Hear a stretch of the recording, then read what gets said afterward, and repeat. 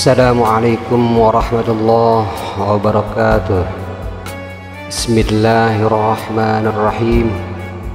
Alhamdulillahi rabbil alamin. Nahmaduhu wa nasta'inuhu wa nastaghfiruh. Allahumma salli wa sallim wa barik ala sayyidina Muhammad wa ala alihi wa sahbihi ajma'in. Allahumma alhimna ilman afqahu bihi awamirak wa nawahika warzuqna fahman a'lamu bihi kaifa unajik ya arhamar rahimin. Allahumma arzuqna fahman nabiyyin wa hifdzal mursalin wa ilhamal malaikatal muqarrabin bi rahmatika ya arhamar rahimin. Allahumma akrimna binuril faham wa akhrijna min zulumatil waham waftah lana abwaab rahmatik wa anshur alaina min khazaini ilmik ya arhamar rahimin. Allahumma zidna ilman wa wasi' fi rizqana wa barik lana fi ma razaqtana waj'alna mahbuban fi qulubi ibadik wa azizan fi ayunihim waj'alna wajihan fid dunya wal akhirah wa minal muqarrabin ya kafiran nawar wa ya hasanar fi'ar wa ya qa'iman bila zawar ya mubdi'an bila mithar falakal hamdu wal minnah wa syaraf ala kulli hal walhamdulillahi rabbil alamin. Assalamualaikum warahmatullahi ta'ala wabarakatuh. A'udzu billahi minasyaitonir rajim. Bismillahirrahmanirrahim. Alhamdulillahi rabbil alamin. Assalatu wassalamu ala asyrafil anbiya'i wal mursalin sayyidina wa maulana Muhammadin sallallahu alaihi wasallam wa ala alihi wa sahbihi ajma'in, amma ba'd. Alhamdulillah, kita berjumpa kembali bersama JSNH Channel. Semoga para mustami' senantiasa sehat walafiat dan semoga Allah Ta'ala senantiasa melimpahkan rahmat dan maghfirahnya, dan semoga setiap aktivitas selalu dilancarkan oleh Allah Ta'ala. Amin ya Allah ya Rabbal Alamin. Baik, perjumpaan kita kali ini akan membahas tentang sholawat Raufur Rahim. Adapun syarat daripada sholawat Raufur Rahim yaitu a'udzubillahi minasyaitonir rajim. Innallaha wa malaikatahu yusholluna 'alan nabi ya ayyuhalladzina amanu shallu 'alaihi wa sallimu taslima. Allahumma shalli wa sallim wa barik ala sayyidina Muhammadinir raufur rahim dzil khuluqil azim wa ala alihi wa ashabihi wa azwajihi fi kulli lahzatin adada kulli hadithin wa qadim. Demikian syarat daripada sholawat Raufur Rahim. Artinya adalah, ya Allah, limpahkanlah sholawat, salam dan berkah kepada Sayyidina Muhammad sallallahu alaihi wasallam yang pemaaf dan penyayang serta yang memiliki akhlak yang agung, juga kepada keluarganya, sahabat-sahabatnya, dan istri-istrinya di setiap saat sebanyak jumlah semua yang baru dan yang lama. Penjelasan daripada sholawat Raufur Rahim ini yaitu Sayyid Ahmad As-Sawi mengatakan bahwa sholawat ini termasuk syarat sholawat yang paling mulia. Oleh karena itu seyogianya dibaca dan diperbanyak agar memperoleh fadilah-fadilahnya. Di Di antara fadilah yang pertama adalah barang siapa yang membacanya setiap ba'da salat fardu sebanyak 3 kali, maka insyaallah usahanya tidak akan gagal. Dan barang siapa yang membacanya 1000, barang siapa yang membacanya 100.700 kali dan diselesaikan di dalam waktu 40 hari. Jadi 1700 dibagi 40 hari, maka di hari kiamat bacaan salawat tersebut akan menjadi fidyah atau menjadi penebus dari api neraka. Lalu ketiga, jika diistiqomahkan membaca salawat ini 100 kali di setiap malam, maka insya Allah selamat dari su'ul khatimah. Demikian penjelasan khususiyah daripada salawat Raufur Rahim. Adapun fadilah daripada membaca salawat secara umum dikatakan di dalam suatu hadis, man shalla ala Muhammad wa qala Allahumma anzilhul maq'adal muqarraba indak yaumal qiyamah wajabat lahu syafaati. Barang siapa yang bersolawat kepada Nabi Muhammad sallallahu alaihi wasallam lalu kemudian berdoa, ya Allah, tempatkanlah beliau di tempat tinggal yang dekat di sisimu pada hari kiamat, maka ia pasti memperoleh syafaatku.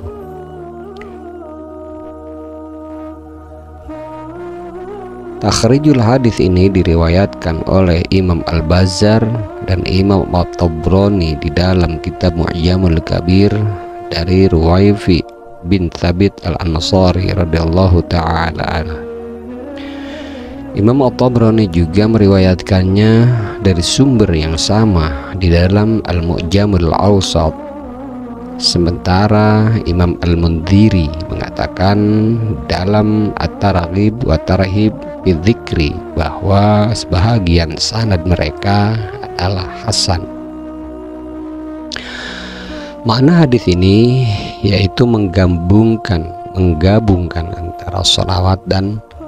antara sholawat kepada Rasulullah Shallallahu Alaihi Wasallam dan doa untuk beliau agar ditempatkan di tempat yang terdekat dengan Allah Subhanahu Wa Taala kelak di hari kiamat. Dan barang siapa yang melakukan hal tersebut, maka ia berhak untuk mendapatkan prioritas utama di dalam menerima syafaat Nabi Muhammad Shallallahu Alaihi Wasallam. Di dalam riwayat lain dikatakan, qila ya Rasulullah ja'altu laka salati kulluha qala idza tukfa hammuka wa yughfaru dzanbuk. Seorang pria berkata kepada Rasulullah Shallallahu Alaihi Wasallam, wahai Rasulullah, aku haturkan segenap salatku kepadamu. Kemudian beliau menjawab, jika demikian keinginanmu tercukupi dan dosamu terampuni. Takhrijul hadis ini diriwayatkan oleh Imam An-Nasa'i, Imam Ibnu Hibban, dan Imam At-Tabrani. Sementara versi lain menyebutkan Imam At-Tirmidzi dan Imam Al-Hakim. Namun kedua versi hadis tersebut bersumber dari hadis Ubay bin Ka'ab radhiyallahu ta'ala anhu. Imam At-Tirmidzi mengatakan bahwa hadis ini berstatus hasan sahih, sementara Imam Hakim menyatakan bahwa hadis ini adalah hasan. Mohon maaf, sementara Imam Al-Hakim menyatakan hadis ini sebagai sahih. Hadis dengan makna yang sama juga diriwayatkan oleh Imam Ahmad.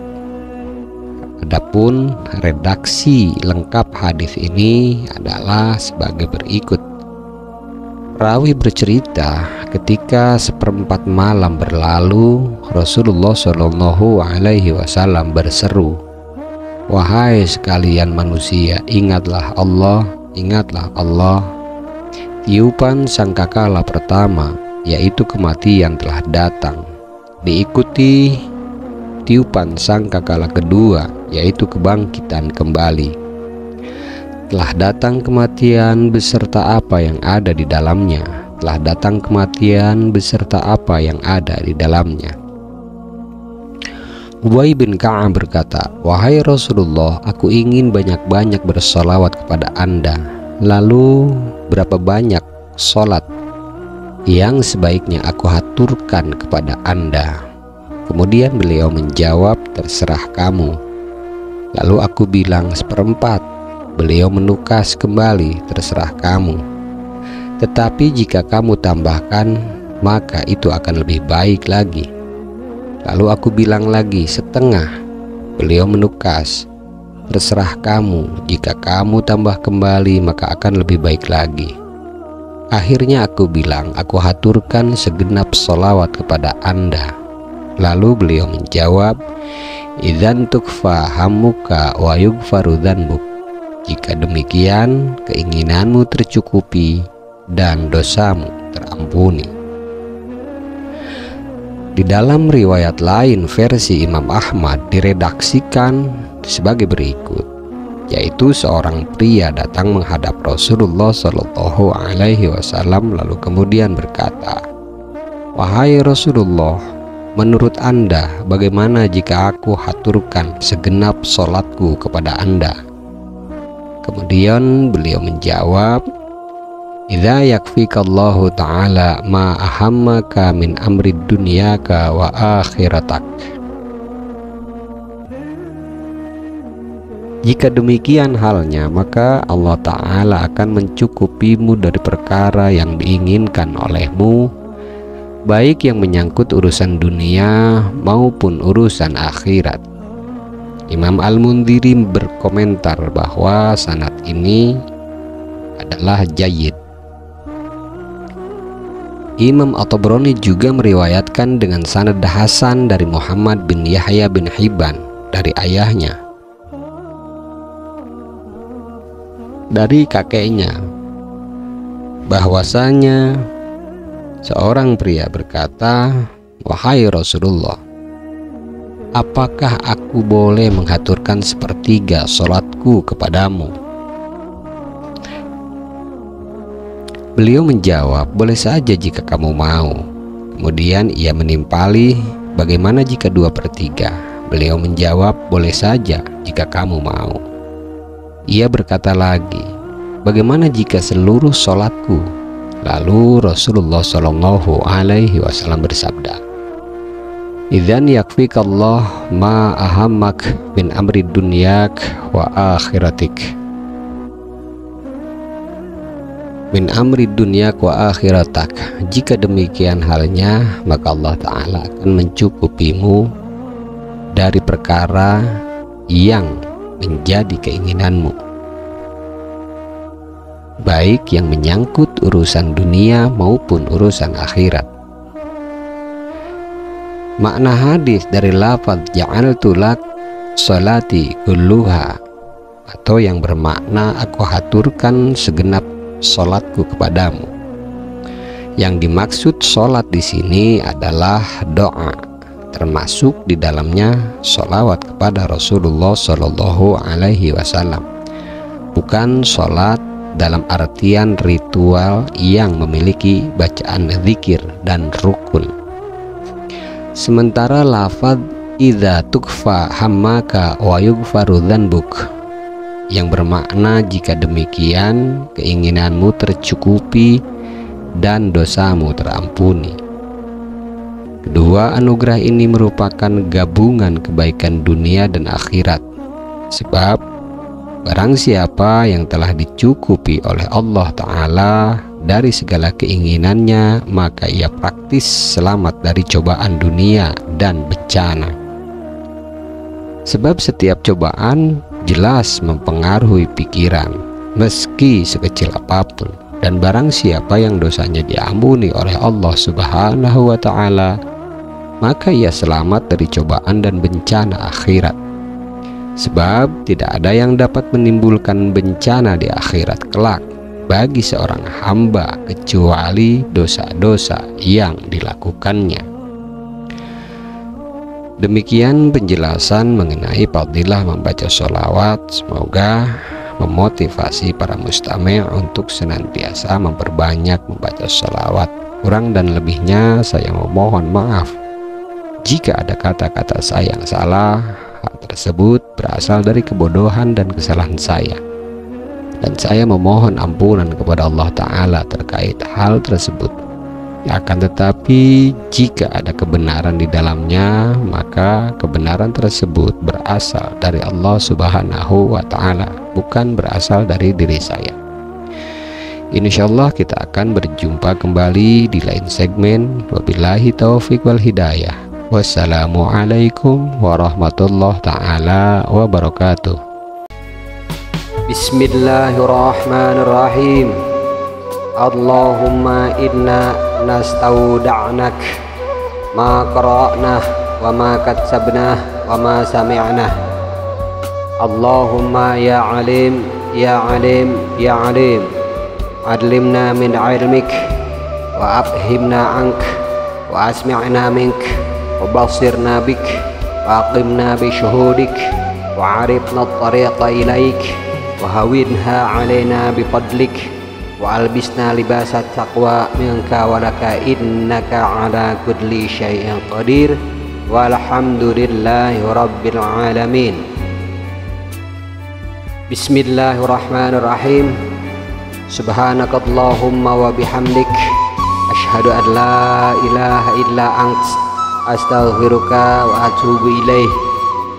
Subhana rabbika rabbil izzati amma yasifun, wassalamun alal mursalin, walhamdulillahi rabbil alamin.